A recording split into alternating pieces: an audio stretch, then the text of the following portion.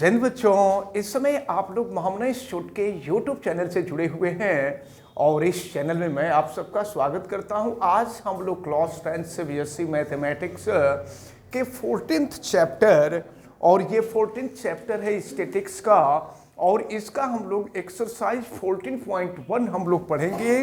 लेकिन इसके पहले हम आपको बता दें कि यहाँ पर हम लोगों को मीन फाइंड करना होगा और मीन फाइंड करने के लिए जो मेथड हम आपको बताने जा रहे हैं वो डायरेक्ट मेथड है और ये डायरेक्ट मेथड काफ़ी इजी होता है। इसलिए हम आपसे कहेंगे कि एग्जाम में जब भी क्वेश्चन पूछा जाएगा तो आपसे मेथड नहीं कहा जाएगा कि ये मेथड आप अप्लाई कीजिए। डायरेक्ट मेथड सबसे इजी मेथड है और इसी मेथड को आप अप्लाई करेंगे। इसके लिए होता है, देखें, मीन को हम यक्स बार से रिप्रेजेंट करते हैं। X bar is equal to होता है सिग्मा एफ यक्स या sigma F I into x I upon होता है सिग्मा ये एफ आई होता है। तो एफ आई जो होता है वो फ्रीक्वेंसी होती है और एक्स आई जो होता है वो टर्म होता है। जब हम लोग क्वेश्चन सॉल्व करेंगे ना तो एक क्वेश्चन सॉल्व करेंगे तो बिल्कुल आपके लिए ये क्वेश्चन इजी हो जाएंगे और बहुत इजी वे से आप सॉल्व कर लेंगे। चलिए देखते हैं, हम एक्सरसाइज 14.1 का क्वेश्चन नंबर 1 सॉल्व करने जा रहे हैं। देखिए क्या दिया हुआ है क्वेश्चन नंबर 1 में।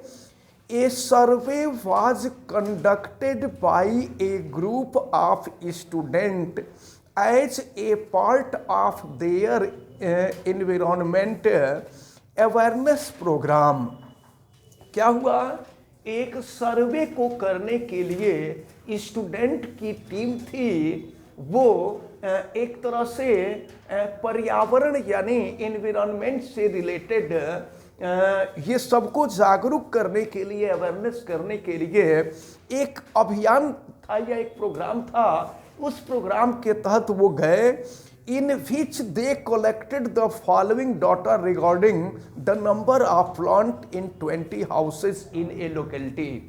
वहां पर जब वो अपने चारों तरफ यानी ऐसे डाटा एकत्रित करने के लिए, डाटा कलेक्ट करने के लिए वो 20 हाउसेस के पास गए और 20 हाउसेस के पास फिर जा करके देखे कि कितने नंबर ऑफ ट्रीज हैं और जितने नंबर ऑफ ट्रीज थे उसको उन्होंने कलेक्ट किया और find the mean number of plant per house.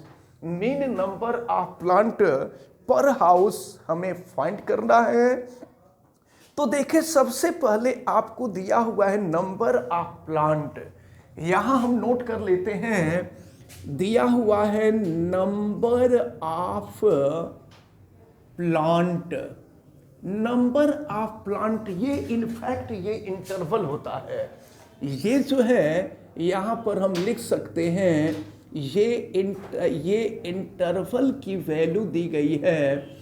तो अब ये इंटरवल दिया हुआ है और ये इंटरवल पहले हम नोट करते हैं। क्वेश्चन में जो दिया हुआ है आप सभी लोग बुक खोल लें और फिर इसको देखें। फर्स्ट इंटरवल आपको दिया हुआ है 0 to 2, सेकंड दिया हुआ है 2 to 4 और फिर आपको दिया हुआ है 4 to 6 और फिर दिया हुआ है 6 to 8 और फिर दिया हुआ है 8 to 10 और फिर इसके बाद आपको दिया हुआ है 10 to 12 और फिर दिया हुआ है 12 to 14। 12 to 14 देखिए ये इंटरवल दिया हुआ है। अब जानते हैं क्या करते हैं, अब इसके बाद नंबर ऑफ हाउसेज जो होगा वो फ्रीक्वेंसी होगी। तो नंबर ऑफ हाउसेस को हम नोट करेंगे, लेकिन यहाँ पर टर्म नोट किया जाता है और जानते हैं टर्म क्या होता है। इन दोनों नंबर, ये जो दोनों इंटरवल दिए होते हैं ना, ये देखिए ये जो है लोअर वैल्यू होती है और ये हायर वैल्यू होती है। तो दोनों को ऐड करके जब 2 से डिवाइड कर देते हैं तो जो नंबर आता है वही टर्म आता है और इस टर्म को ही हम यक्स आई से रिप्रेजेंट करते हैं। तो चलिए देखते हैं, 0 + 2 करेंगे तो 2 और 2/2 कर देंगे तो ये 1 हो जाएगा। फिर ये 2 + 4 6 हो जाएगा, और 6 को अगर हम 2 से डिवाइड कर दें तो 3 हो जाएगा। फिर 4 + 6 10 होगा, 10 को 2 से डिवाइड कर देंगे 5 हो जाएगा। तो आप देख रहे हैं ये नंबर 2 जो है इंक्रीज होता जा रहा है, 2 के इंटरवल से ये इंक्रीज हो रहा है। तो फिर यहाँ ये 7 हो जाएगा, ये 9 हो जाएगा, ये 11 हो जाएगा, और ये हो जाएगा 13। ये टर्म xi की वैल्यू है। अब इसके बाद जो नंबर ऑफ हाउसेज दिया है, यहां पर हम चाहें तो लिख सकते हैं नंबर ऑफ हाउसेज। तो नंबर ऑफ हाउसेज जो है ये fi की वैल्यू होती है, इसको आप माइंड में रखे रहेंगे। तो चलें, ये क्या दिया हुआ है, 1, फिर दिया हुआ है 2, फिर 1, फिर 5, फिर 6, और फिर दिया हुआ है आपको 2, और फिर दिया हुआ है 3। अब जरा ध्यानपूर्वक देखें इसका क्या मतलब हुआ। ये देखा गया कि यहां 0 to 2, ये 0 से लेकर के 2 ट्री है, 2 प्लांट है, लगभग वन हाउस के पास, जो है 0 से लेकर के 2 प्लांट हैं, 2 हाउसेस के पास 2 से 4 प्लांट हैं। ये डाटा कलेक्ट किया गया और डाटा कलेक्ट करके यहाँ रखा गया है। अब इसका मीन फाइंड करना है। तो अब इसके बाद नेक्स्ट स्टेप में देखिए, हमको fi की वैल्यू मालूम हो गई, xi की वैल्यू मालूम हो गई। अब हम यहाँ पर fi इंटू xi करते हैं, और फिर देखें fi और xi का मल्टीप्लिकेशन करें। तो जब मल्टीप्लिकेशन करेंगे ना, तो फर्स्ट टर्म का फर्स्ट टर्म से, सेकंड का सेकंड से, थर्ड का थर्ड से, फोर्थ का फोर्थ से, इस तरह से मल्टीप्लिकेशन किया जाएगा। तो चलें, 1 का 1 में करेंगे 1 हो जाएगा, 3 का 2 में मल्टीप्लिकेशन 6 हो जाएगा, 5 का 1 में मल्टीप्लिकेशन 5 हो जाएगा, 7 का 5 में करेंगे 35 हो जाएगा, 9 का 6 में करेंगे 54 हो जाएगा, 11 का 2 में करेंगे हम मल्टीप्लाई 22 हो जाएगा, और 13 में 3 का हम कर देंगे ये 39 हो जाएगा। अब यहाँ पर देखें, अब इसको जो है यहाँ हम इसका पार्टीशन कर लेंगे, इसका पार्टीशन कर लिया जाएगा। अब यहाँ पर देखें, ये सिग्मा का मतलब होता है सम।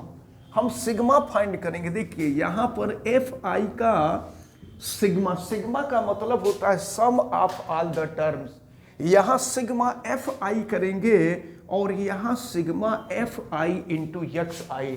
सिग्मा का मतलब सबका एडिशन हम लोग करेंगे।